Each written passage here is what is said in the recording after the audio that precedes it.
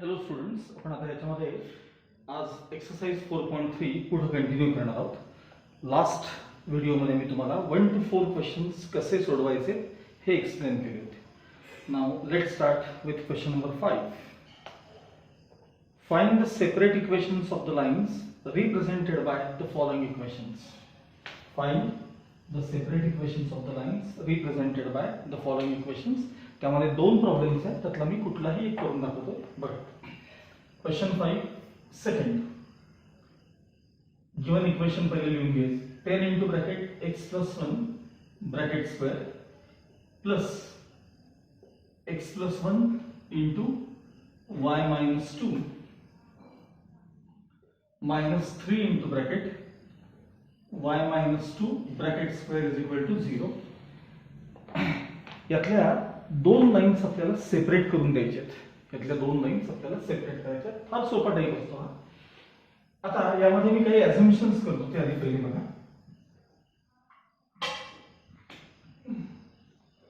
Let small x plus 1 ला capital x म्हणा and small y minus 2 ला capital y म्हणा.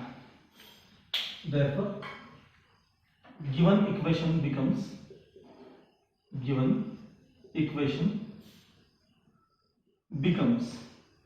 10 into capital X square plus capital X into capital Y minus 3 capital Y square is equal to 0. आता हे नेहमीप्रमाणे quadratic equation सोडवायचं. 10 3 चा minus 30 ला split करा, ज्यांचा डिफरन्स 1 यायला पाहिजे. 5 6 चा किंवा 6 5 चा काही चालेल. 5 6 चा 30 प्लस 1 यायला पाहिजे, म्हणून 6 ला पॉझिटिव्ह साइन आणि याला negative sign. Therefore 10x square minus 5xy capital plus 6xy minus 3y square is equal to 0. पहिल्या दोघांमध्ये 5x कॉमन आहे, ब्रॅकेटमध्ये 2x मायनस y. पुढच्या दोघांमध्ये प्लस 3y कॉमन आहे, ब्रॅकेटमध्ये 3 2 जा 6x minus y is equal to 0. Again 2x minus y common, 2x minus y.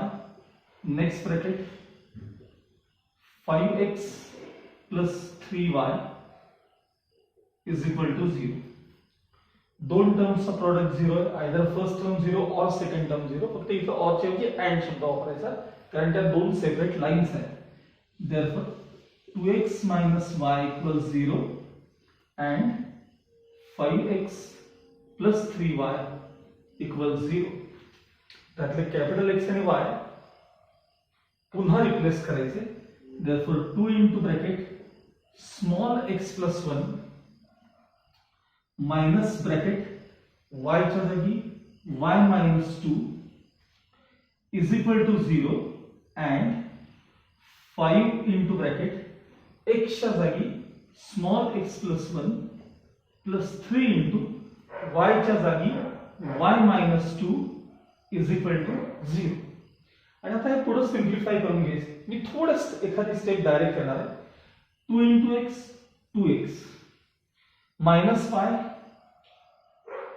आता हे plus 2 आहेत, हे दिसले का? हे प्लस 2 ओपन केल्यानंतर, आणि हे पण प्लस 2 आहेत, म्हणजे 2 plus 2 4 is equal to 0 and 5 into x 5x 3 into y plus 3y. हे ओपन केलं प्लस 5 आणि हे मायनस 6, म्हणजे मायनस 1 शिल्लक राहतील, is equal to 0 are the separate equations of the lines given by above equation. Now these are the separate equations of the lines. असे याच्यामध्ये दोन क्वेश्चन्स आहेत, त्यातला मी एक करून दाखवलाय, सेकंड तुम्ही स्वतः करायचं. Okay, now question number 6. Find the value of k if the following equations represent a pair of lines. तीन क्वेश्चन्स त्यामध्ये दिलेत तुम्हाला. आणि हे सगळे पेअर ऑफ लाईन्सचे इक्वेशन आहेत असं तुम्हाला सांगितलेलं आहे. तर के ची व्हॅल्यू काय, त्यातला मी सेकंड क्वेश्चन लिहून घेतलाय. K x y plus 10x plus 6y plus 4 equal 0. मुद्दामून मी असं सिलेक्ट केलं. या इक्वेशनला मी पहिल्यांदा कसं लिहितोय बघा. आपला जो ax स्क्वेअरचा फॉर्म आहे ना तो, याच्यानंतरची सेकंड स्टेप आहे, तुम्ही लिहिली तरी चालते, नाही लिहिली तरी चालते. ओके, मी तुम्हाला कम्पेअर करण्यासाठी सोपं जावं म्हणून हे बघा 0x square plus kxy plus 0y square plus something x plus something y plus constant equal 0 या फॉर्म मध्ये इक्वेशन लिहून घेतले. नेक्स्ट स्टेप कंपेअरिंग इट विथ, कोणाशी कंपेअर करणार आपण, ax square plus twice hxy plus by square plus twice gx plus twice fy plus c equal 0 she compare करणार. सांगा तुम्हाला a काय मिळाला, a तर 0.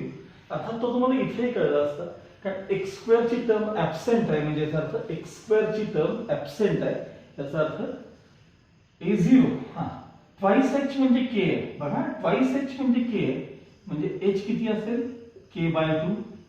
b च्या जागी कोण आहे बघा इथं वरती, इथं बघा वाटलं तर b च्या जागी कोण आहे, 0. आता ट्वाइस g म्हणजे 10 आहेत, म्हणजे g इक्वल्स काय सांगा, 5. ट्वाइस f म्हणजे 6 आहे, म्हणजे f इक्वल्स किती असले पाहिजे, 3. आणि c म्हणजे कॉन्स्टंट किती आहे, 4. सिन्स above equation किंवा given equation represents pair of lines लाईन्सचे इक्वेशन आहे असं सांगितलंय. याचा अर्थ तो जो डिटरमिनंट आहे आपला हँडसम गोविंदाचा, तो डिटरमिनंटची व्हॅल्यू काय असली पाहिजे, 0 असली पाहिजे. A handsome Govinda having beautiful face goes for cinema, याची व्हॅल्यू काय असली पाहिजे, 0 असलीच पाहिजे. बस नंबर रिप्लेस करायचे. ए च्या जागी काय आहे सांगा, 0.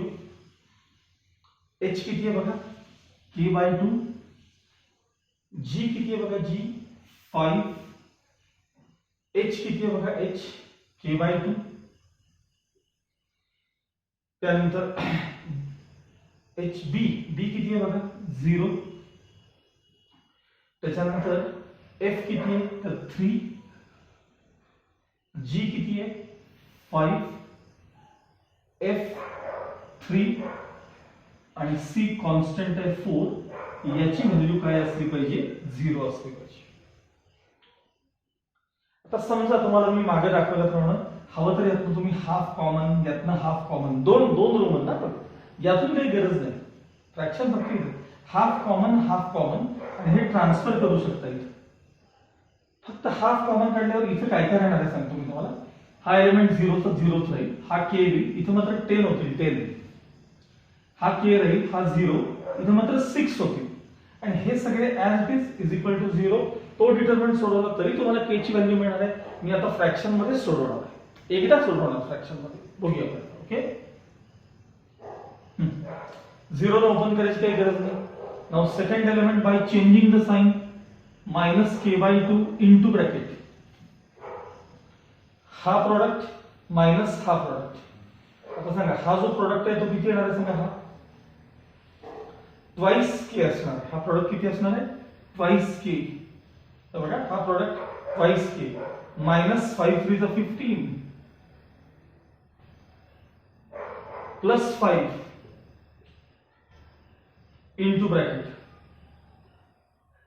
हा प्रोडक्ट 3k/2 -0 आणि याची डिटरमिनंट व्हॅल्यू किती दिली आपल्याला, 0 दिली. बस ओपन करायचं ब्रॅकेट आपल्याला, minus into plus minus, 2 cancel, -k² झाले. याने याला मल्टिप्लाय केलं, minus into minus plus 15k/2 पुन्हा plus into minus minus, plus into plus 5 3 is 15k/2 आणि RHS मधला 0 as it is. So minus k square, denominator same आहे, वरची addition 30k by 2 is equal to 0, म्हणजे minus k square plus 15k is equal to 0. k common, so k into bracket minus k plus 15 is equal to 0. Either first term 0 or second term 0. Therefore k equals 0 or minus k plus 15 is equal to 0. आहे तसे k equals 0 आहे, और k transfer केला की 15 is equal to k मिळेल तुम्हाला. पण आता याच्यातला एक महत्त्वाचा पार्ट असा आहे, मी हा क्वेश्चन का सिलेक्ट केला असेल, समजा ह्यातला k जर 0 असेल तर बघा हे k जर 0 झाला तर ही सगळी टर्म काय होते सांगा, ही सगळी टर्म 0 होते, म्हणजे xy जो प्रोडक्ट आहे ना तो पार्ट 0 होतो. मग मला सांगा जर हा पार्ट 0 झाला तर 10x plus 6y plus 4 equals 0 हे लिनियर इक्वेशन फक्त एका लाईनचं आहे, ते जॉइंट इक्वेशन किंवा कंबाइंड इक्वेशन असूच शकत नाही. 10x plus 6y plus 4 equals 0 हे फक्त एका लाईनचं म्हणजेच लिनियर इक्वेशन तयार होईल. आपल्याला कंबाइंड इक्वेशन किंवा जॉइंट इक्वेशन असा वरती शब्द वापरलाय, याचा अर्थ k equals 0 is not possible. का तर मी खाली मेन्शन करायचं, if k equals 0 then given equation becomes 10x plus 6y plus 4 equals 0, which is a linear equation in one variable, which is not a joint equation. Hence k equals 15 ही त्याची value असली पाहिजे. Okay okay. Now question number 7.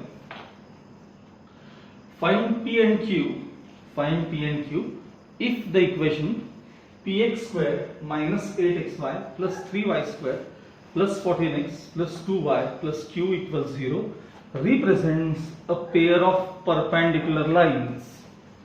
हा question वाचताना तुमच्या दोन गोष्टी लक्षात यायला पाहिजेत, एक पेअर ऑफ लाईन्स आणि पेअर ऑफ परपेंडिक्युलर लाईन्स.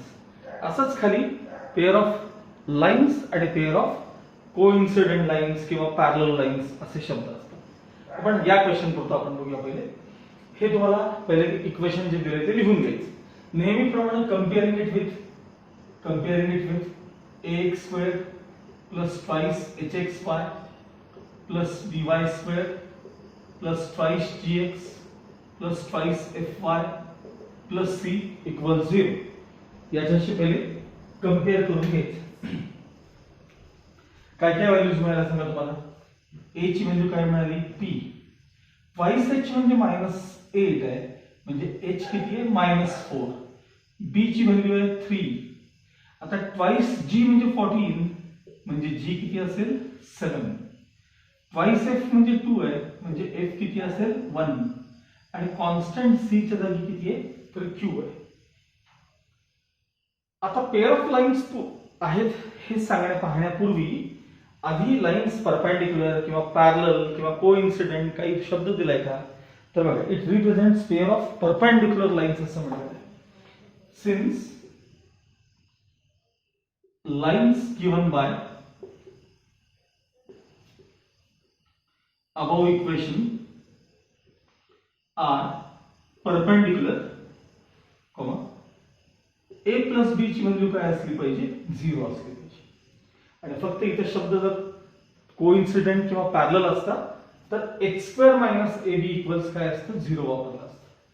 आता a प्लस b 0 सांगा. a म्हणजे कोण p, b म्हणजे कोण 3 is equal to 0. Therefore p equals काय मिळाले तुम्हाला -3. p आणि q पैकी एक व्हॅल्यू मिळाली.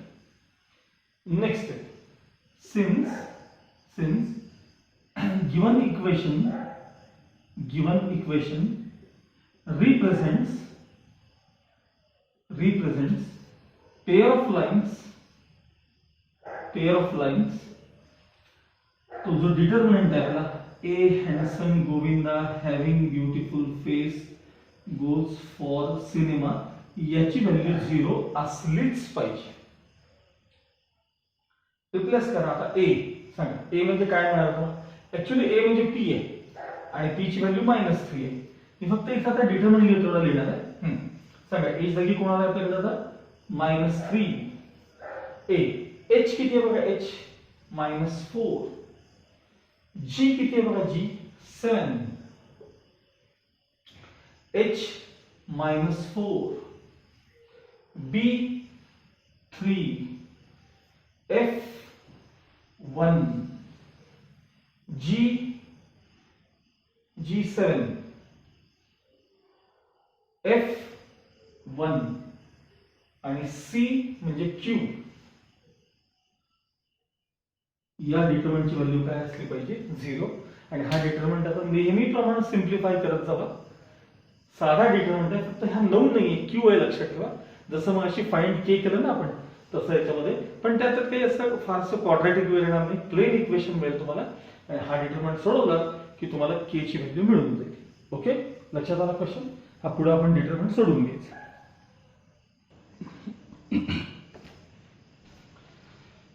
Now question number 8.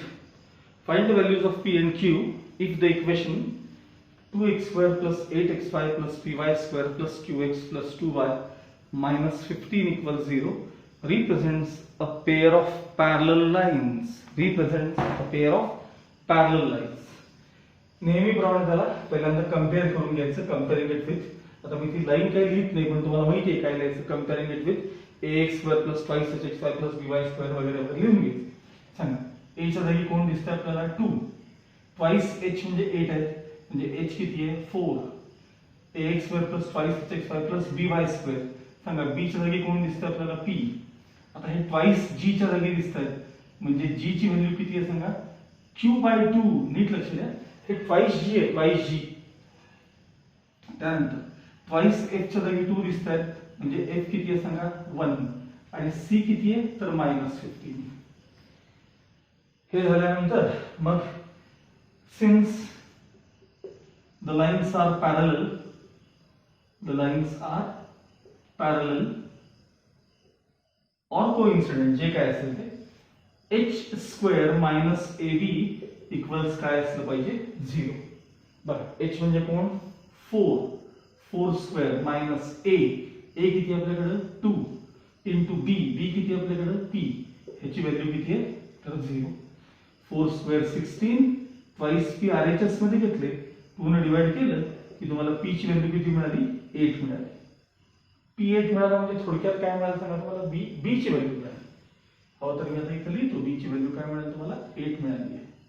ठीक आहे.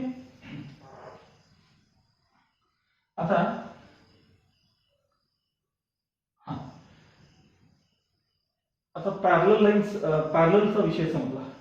मग खाली लिहायचं since given equation represents pair of lines. Since given equation represent pair of lines, तो हँडसम गोविंदाचा डिटरमिनंट किती असला पाहिजे? 0. आता मी ते डायरेक्ट व्हॅल्यूज रिप्लेस करतो. मनातल्या मनात म्हणायचं ए हँडसम गोविंदा q/2. हॅव्हिंग म्हणजे 4. ब्युटिफुल बी म्हणजे आता 8 मिळाले आपल्याला. Face having beautiful face. Goes for cinema, go किती आहे बघा? जी q/2. फॉर म्हणजे 1 आणि सिनेमा -15. याची व्हॅल्यू काय असली पाहिजे? 0 असली पाहिजे. आता हा डिटरमिनंट आहे तसा सोडवा. फ्रॅक्शन मध्ये हे q आहेत, हे 9 नाही आहेत, q आहेत, हे लक्षात ठेवा. हा आहे तसं फ्रॅक्शन मध्ये सोडवलं तरी चालेल, आणि ज्यांना फ्रॅक्शन नको आहे त्यांच्यासाठी स्टेप्स आहेत. रो 1 मधून हाफ कॉमन, रो 3 मधून हाफ कॉमन, आणि दोन्ही हाफ 0 मध्ये ट्रान्सफर. फक्त इथं काय आली? 4 8 q. 4 8 1 as it is. q 2 -30 is equal to 0. आणि हा डिटरमिनंट सोडवताना की तुम्हाला काय मिळते? q ची व्हॅल्यू मिळते. एकतर आहे तसा सोडवा किंवा हाफ कॉमन काढून ट्रान्सफर केले तरी चालतील. ओके.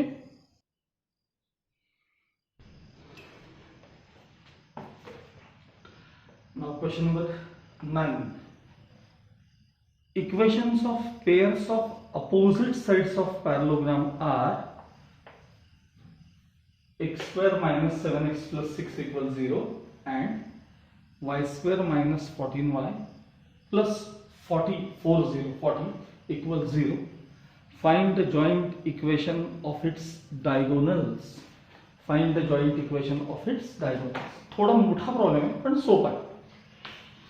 सुरुवात अशी करायची, तिथं दिली तशी लाईन आहे तशी लिहायची. काय लिहायची बघा, equations of pairs of opposite sides of parallelogram are dash and dash. हे दोन इक्वेशन्स पहिल्यांदा लिहून घेतले. हे दोन्ही क्वाड्रॅटिक इक्वेशन आहेत.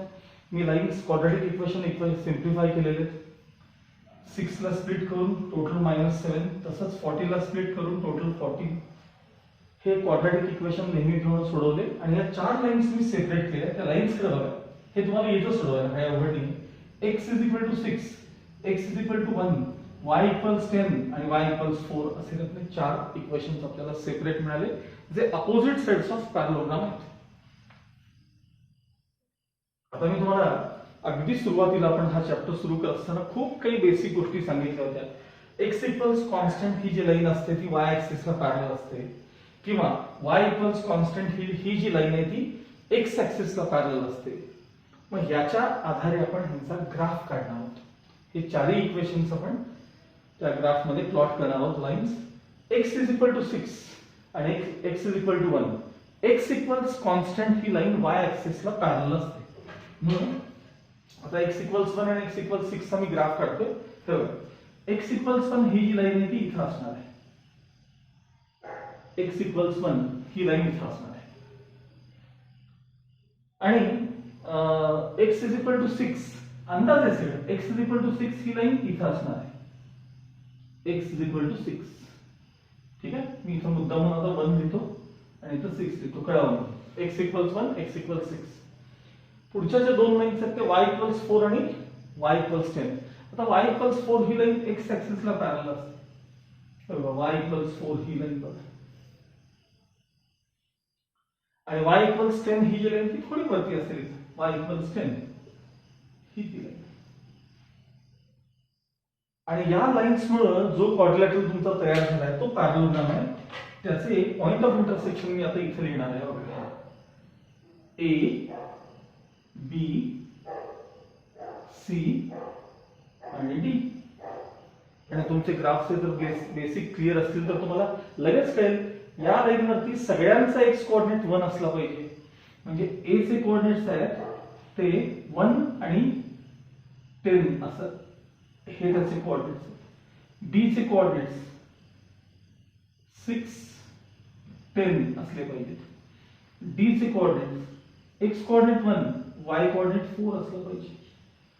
आणि या C चे कोऑर्डिनेट्स x कोऑर्डिनेट 6 आणि y कोऑर्डिनेट काय असलं पाहिजे, याचा 4 असलं पाहिजे. म्हणजे तुम्हाला व्हर्टायसेसचे त्यामुळे काय मिळाले, कोऑर्डिनेट्स मिळाले. ठीक आहे, बरं. x equals 6, x equals 1, y equals 10, y equals 4 are the equations of sides of parallelogram. आणि आपण हे ग्राफ ड्रॉ केल्यामुळे तुम्हाला व्हर्टायसेस कळाले. ठीक आहे, असं म्हणूया आपण quadrilateral ABCD is formed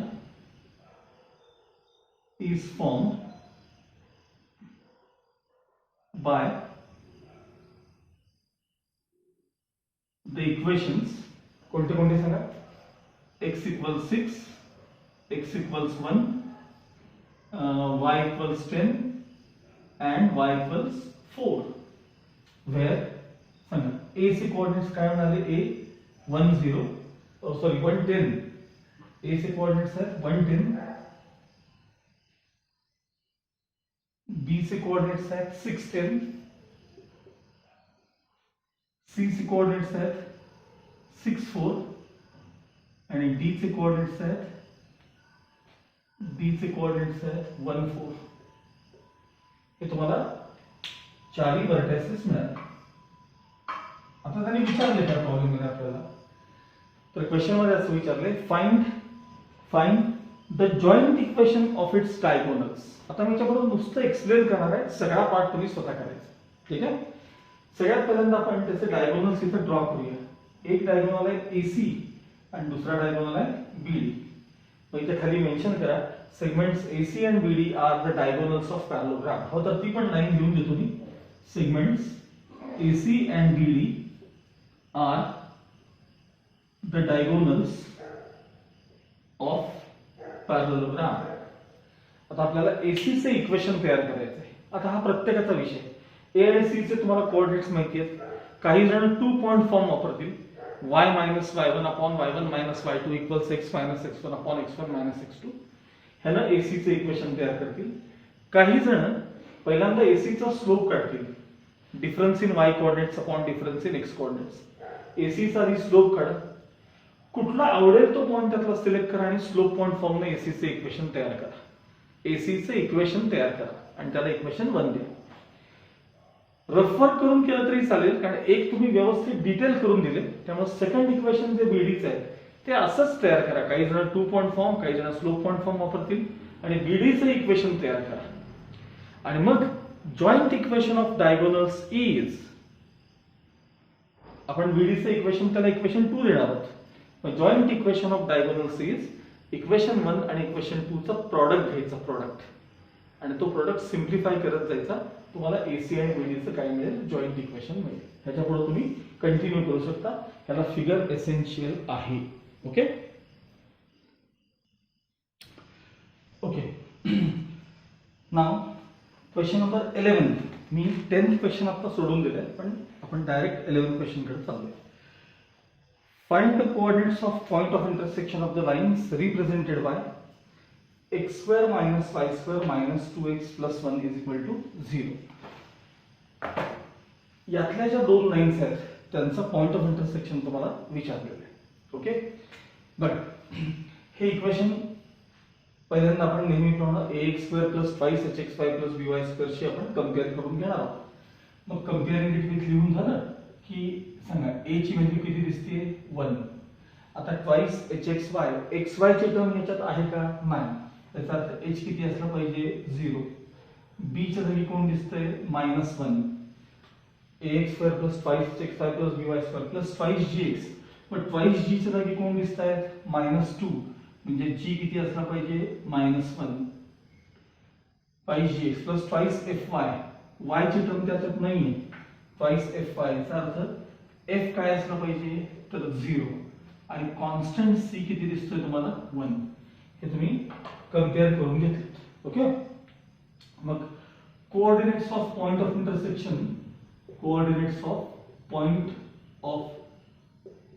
intersection are given by सांगा एक्स कोऑर्डिनेटचा फॉर्म्युला काय आहे. आता तुमच्या टेक्स्टबुक मध्ये जो फॉर्म्युला आहे ना तो HF - BG. मी लास्ट लेक्चर मध्ये तुम्हाला ते सगळं सांगितले. मी त्याला पर्याय काय सांगितलं तुम्हाला सोपं करण्यासाठी BG minus HF upon h square minus AB. आणि y कोऑर्डिनेटचा फॉर्म्युला तुमच्या टेक्स्टबुक मध्ये जो आहे तो GH minus AF असा आहे. मी त्याला काय करतो सांगा AF minus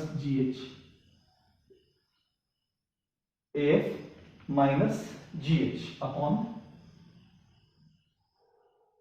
h square minus AB. बस पुढे सिम्प्लिफाय करत जाऊया. आता BG हा प्रॉडक्ट बघा.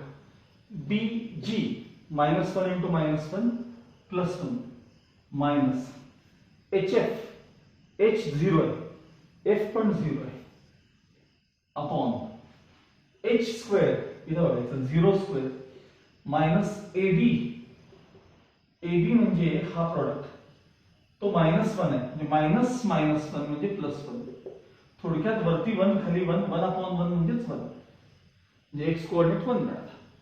आता y कोऑर्डिनेट AF A इथं आहे 1 F 0 आहे मायनस GH G -1 आहे H 0 आहे अपॉन डिनॉमिनेटर बघासारखं h स्क्वेअर मायनस AB हे 0 + 1 असणार आहे. Numerator 0 denominator 1 final answer 0. म्हणजे x कोऑर्डिनेट 1 मिळाला y कोऑर्डिनेट 0 मिळाला. त्याचा अर्थ coordinates of point of intersection are 1 0. आता हाच क्वेश्चन मी इथं कसा केलाय बघा. हे काय प्रत्येक वेळेला केलंच पाहिजे असं नाहीये, काही वेळेला शक्य असतं, अदरवाईज तुम्हाला नेहमी ही मेथड वापरायची. X square minus y square minus 5x plus 1 equal 0 हे दिसलं पाहिजे तुम्हाला. X square minus 5x plus 1 हा पार्ट मी एकत्र केलाय, मायनस वाय स्क्वेअर मी सेपरेट ठेवलेत, आणि हा x मायनस 1 चा ब्रॅकेट स्क्वेअर आहे, मायनस हा y चा स्क्वेअर आहे, is equal to 0 as it is. Now a square minus b square चा फॉर्म असतो a plus b, a minus b असे फॅक्टर्स पडले बघा. a म्हणजे x मायनस 1 प्लस b म्हणजे y, पुन्हा a मायनस b म्हणजे x minus 1 minus y is equal to 0. दोन ब्रॅकेटचा प्रोडक्ट 0 आहे, आयदर फर्स्ट टर्म 0 और second term 0. x plus y minus 1 equal 0 म्हणजे x प्लस y इक्वल्स 1, आणि x minus y transfer केल्यानंतर तेही 1. 1 and 2 सायमल्टेनियस. थोडक्यात मी यातल्या दोन लाईन्स सेपरेट केलेल्या आहेत, दोन लाईन्स काय केल्या सेपरेट. आता बस त्यांना सायमल्टेनियस सोडवलं की तुम्हाला त्यांचा पॉइंट ऑफ इंटरसेक्शन मिळणार आहे. म्हणजे ऍड केले इक्वेशन तर x plus x twice x होतात, ट्वाइस x इकडे ऍडिशन 2 होते, y y कॅन्सल होतात, पण ट्वाइस x इक्वल्स 2 म्हणजे x इक्वल्स 1. आता x व्हॅल्यू 1 रिप्लेस केली, पलीकडे नेले, y equal 0 1 0. Coordinates of point of intersection are 1 0. लक्षात आलं. आता मी यातला 10th क्वेश्चन मात्र सिम्प्लिफाय केलेलं नाहीये, त्याला आता थोडासा वेळ लागणार आहे त्याला, म्हणून त्याच्या पुढे मी तो कंटिन्यू करून घेतो.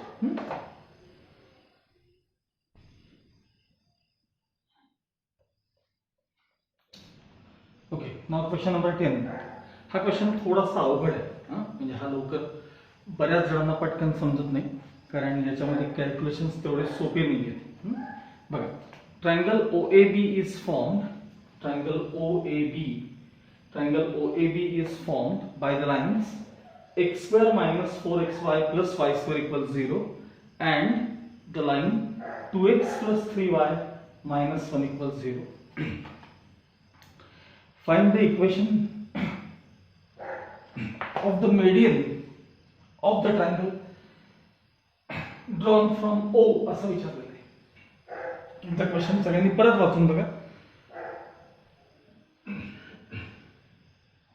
X square minus 4xy plus y square equal 0 आणि 2x plus 3y minus 1 equal 0 या लाईन्स मुळे ट्रायंगल OAB फॉर्म झालेला आहे. हे कंबाइंड इक्वेशन आहे, होमोजिनियस इक्वेशन आहे, ओरिजिन मधून जाणाऱ्या यातल्या दोन लाईन्स असतात, आणि ही जी लाईन आहे कॉन्स्टंट असल्यामुळे अदर दॅन ओरिजिन कुठूनही जाते. 2x प्लस 3y मायनस 1 यांच्यामुळे ट्रायंगल OAB फॉर्म झालाय.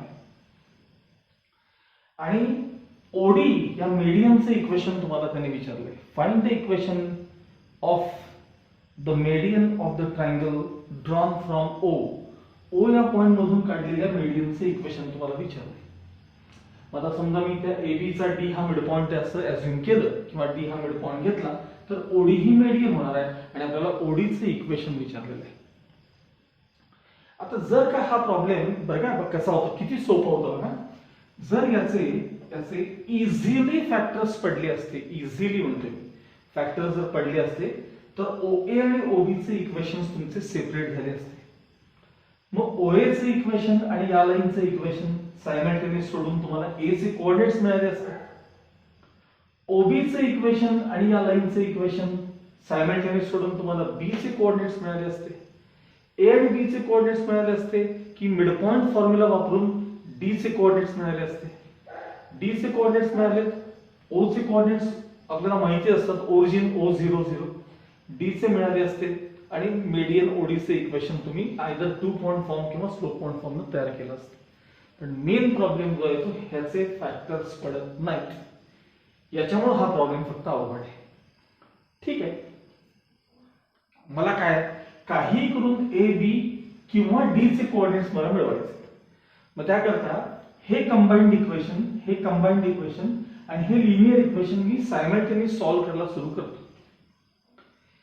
आता याच्यात दोन लाईन्स असल्यामुळं आणि हे लिनियर इक्वेशन असल्यामुळं आपल्याला नेहमी सहसा काय असतं ना, दोन लाईन्स आपण लिनियर इक्वेशन जेव्हा सायमल्टेनियस सोडवतो ना, तेव्हा तुम्हाला x आणि y च्या एक व्हॅल्यूज मिळतात. x आणि y ची एक व्हॅल्यू मिळते, म्हणजे x ची एक व्हॅल्यू आणि y ची एक व्हॅल्यू. कारण ते दोन्ही इक्वेशन लिनियर असतात.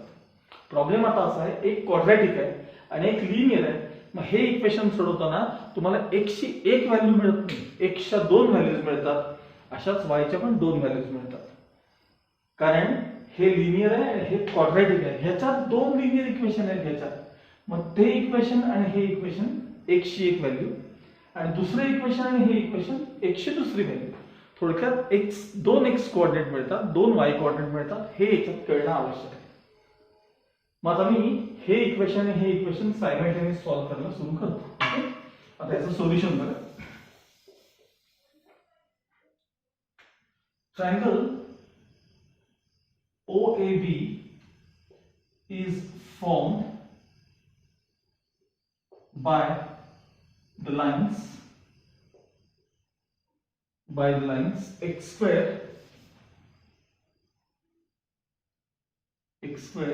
minus 4xy plus y square is equal to 0. ह्याला इक्वेशन 1 लिहूया. and the line 2x plus 3y minus 1 is equal to 0. ह्याला आपण इक्वेशन 2 लिहूया. यापासून तुमचा ट्रायंगल काय फॉर्म झालाय, OAB फॉर्म झालाय. या दोन लाईन्स, यातल्या दोन लाईन्स आणि ही लाईन. आता आपण 1 and 2 सायमल्टेनियसली आपण सॉल्व्ह करणार आहोत. तसं इथं मेन्शन करूया आपण. ठीक आहे, solving equations 1 and 2 simultaneously.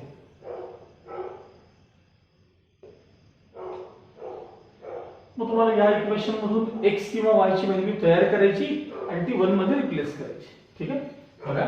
From to म्हणजे फ्रॉम इक्वेशन 2 मी यातनं x किंवा y कोणाची व्हॅल्यू तयार करतो. आता समजा y ची तयार करतो. बघा, सांगा. LHS मध्ये 3y ठेवा, RHS मध्ये 1 minus 2x झाले, ट्रान्सफर केले.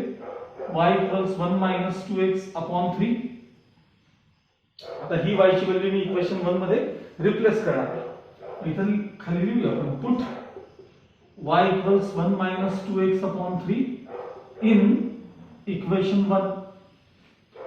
आता इक्वेशन 1 परत लिहून घेऊया आपण. x square minus 4xy, y म्हणजे काय, 1 minus 2x upon 3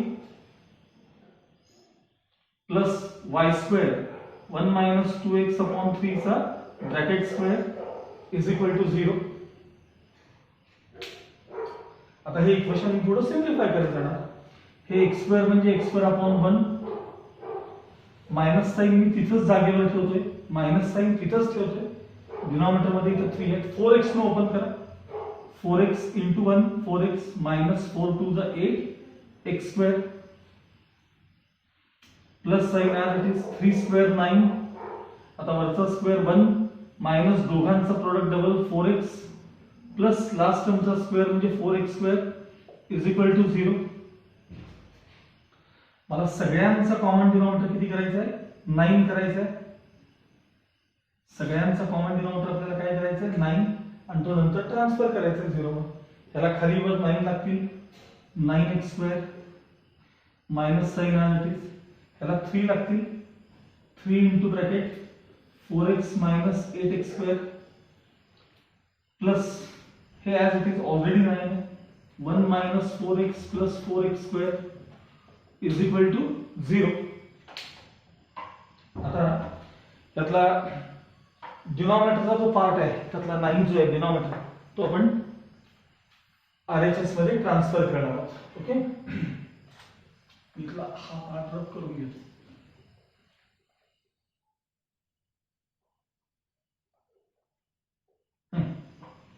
हे 9 ट्रान्सफर केले. So 9x square as it is minus 12x minus minus plus 8 3 that 24 x square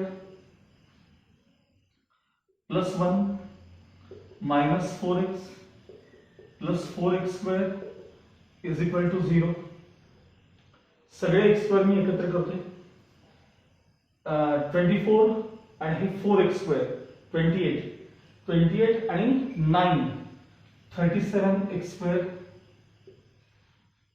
-12 -4 -16x आणि कॉन्स्टंट आहे आपला +1 इज इक्वल टू 0. आता काय सांगते नीट आहे का, हे जर का क्वाड्रॅटिक इक्वेशन तुम्ही सॉल्व्ह केलं तर x च्या 2 व्हॅल्यूज आहेत, x च्या 2 व्हॅल्यूज आहेत आणि त्या 2 व्हॅल्यूज म्हणजे साहजिक आहे मी हे कंबाइंड इक्वेशन आहे ही लाईन सायमल्टेनियस सोडवायला लागलोय. त्या x च्या ज्या 2 व्हॅल्यूज असतील त्यातला एक x कोऑर्डिनेट जो आहे तो a चा असला पाहिजे. म्हणजे x च्या 2 व्हॅल्यूज म्हणजे 2 x कोऑर्डिनेट्स, त्यातली एक x ची व्हॅल्यू जी असेल तो a चा x कोऑर्डिनेट असेल आणि दुसरीची व्हॅल्यू असेल तो b चा कोऑर्डिनेट असेल, b चा x कोऑर्डिनेट असेल. पण प्रॉब्लेम असा आहे हे इक्वेशन देखील सॉल्व्ह होत नाही. जरी तुम्ही 10वीतलं युजिंग फॉर्म्युलावर करत गेलात तर ते फार रूट मध्ये वगैरे इरॅशनल नंबर येतील. हा इरॅशनल नंबर, मग y कोऑर्डिनेट मिळवायचे तेही इरॅशनल नंबर, त्याच्यावरनं मिड पॉइंटचे कोऑर्डिनेट्स मिळायचे तोही इरॅशनल नंबर आणि मग इक्वेशन तयार करायचं हे फार त्रासाचं होणार आहे. मग आता मी काय सांगतोय हे तर मान्य आहे की तुम्हाला हे क्वाड्रॅटिक इक्वेशन आहे x मधलं, मग ह्याला 2 रूट्स असतील, एक रूट असेल x1 आणि दुसरं रूट असेल x2. बघा इथनं प्रॉब्लेम मध्ये टर्म कसं होतं बघा, चेंज कसं होतं बघा. हा पार्ट सगळ्यात डिपेंड करायचा.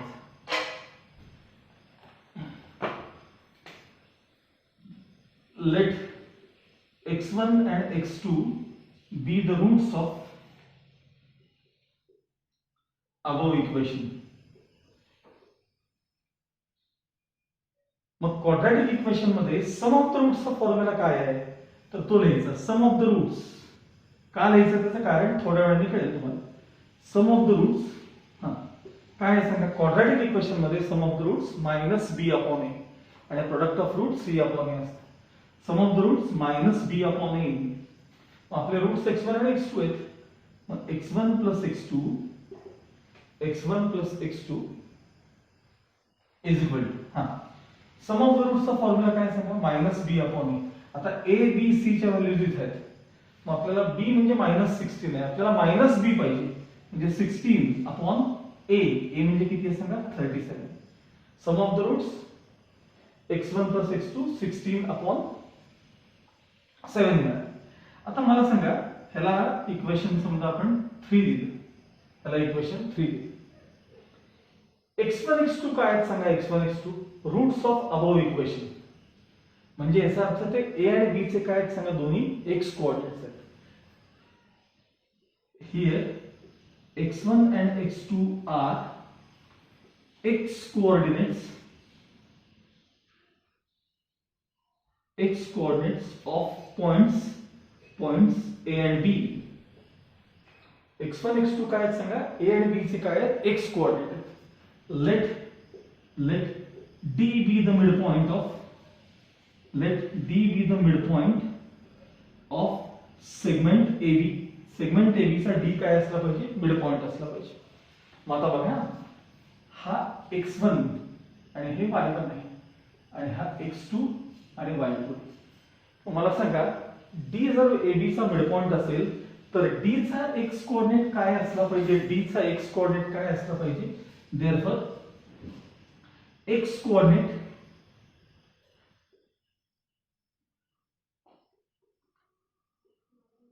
coordinate of point D is equal to x1 + x2/2 असला पाहिजे ना. x1 + x2/2 पॉइंट D चा x कोऑर्डिनेट काय असला पाहिजे, x1 + x2/2 असला पाहिजे. आणि आपल्याकडे x1 + x2 ची व्हॅल्यू 16/37 तिथे दिलेली आहे, ती रिप्लेस केली 16/37/2. 37 डिनॉमिनेटर मध्ये 2 8 = 16 म्हणजे 8/37 हा तुम्हाला D चा x कोऑर्डिनेट मिळाला. 8/37.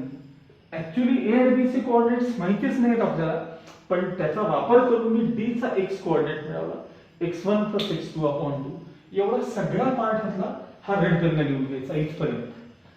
आता मला D चा y कोऑर्डिनेट पाहिजे. आता यासाठी मला पुन्हा ही प्रोसेस करायची आवश्यकता नाहीये. मी काय करणार आहे, D पॉइंट आहे ना तो या लाईन वरती आहे, या लाईन वरती.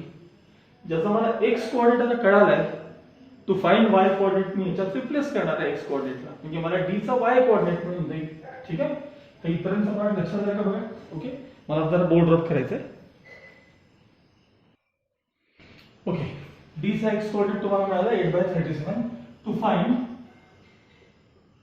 Find y coordinate of point D, put x equals 8/37 in equation 2. तुम्ही या लाईनच्या इक्वेशनला वरती इक्वेशन 2 दिलेलं असेल बघा, इक्वेशन 2. मग आता इक्वेशन 2 आपण पुन्हा लिहितोय. 2x + 3y - 1 = 0. मग 2 into ब्रॅकेट x कोऑर्डिनेट काय आहे बघा, 8/37 plus 3y minus 1 is equal to 0. 8 2 16, 16/37, 16/37 plus 3y minus 1 is equal to 0. Me 3y सोडून बाकी सगळा पार्ट RHS मध्ये घेणार आहे. सो 3y इक्वल्स, हे पहिल्यांदा 1 ट्रान्सफर केले, -16/37, 3y as it is. Cross multiplication करून घेऊया आपण. इक्वल्स क्रॉस मल्टिप्लिकेशन 37 × 37 -16 म्हणजे डिफरन्स येईल माझ्या मते 21/37. त्याच्यानंतर 3 ने डिवाइड केलं की 3 7 × 21 कॅन्सल होतील, 3 3 यातले, म्हणजे y इक्वल्स 3 7 × 21/37. म्हणजे तुम्हाला त्या पॉइंट डी चा y कोऑर्डिनेट मिळाला 7/37. तर पॉइंट डी चा y कोऑर्डिनेट काय मिळाला तुम्हाला, तर तो 7/37 हा त्याचा डी चा y कोऑर्डिनेट. आपल्याला मेडियन ओडी चे इक्वेशन तयार करायचे आहेत, म्हणजे डी चे कोऑर्डिनेट्स मिळणं आपल्यासाठी महत्त्वाचं होतं. ओके, मग आता बघा ओ चे कोऑर्डिनेट्स काय असतात, 0 0. डी चे तुम्हाला कोऑर्डिनेट्स मिळाले, देअरफॉर इथे खरी आता मी ते डी चे कोऑर्डिनेट्स मेन्शन करतोय. डी इक्वल्स ब्रॅकेट मध्ये काय मिळालं बघा, 8/37 and 7/37. आता आपण मगाशीच मेन्शन केले की डी हा काय आहे, ए बी चा मिड पॉइंट आहे. मग एका साइडचा मिड पॉइंट आणि समोरचा व्हर्टेक्स जॉईन केले की आपण त्याला काय म्हणतो, मेडियन म्हणतो. ठीक आहे, याच्या पुढे कंटिन्यू करतो. Okay, segment OD is the median of triangle AOB किंवा OAB जे काय नाव असेल. मग आता पहिल्यांदा मी ओडीचा स्लोप काढणार आहे.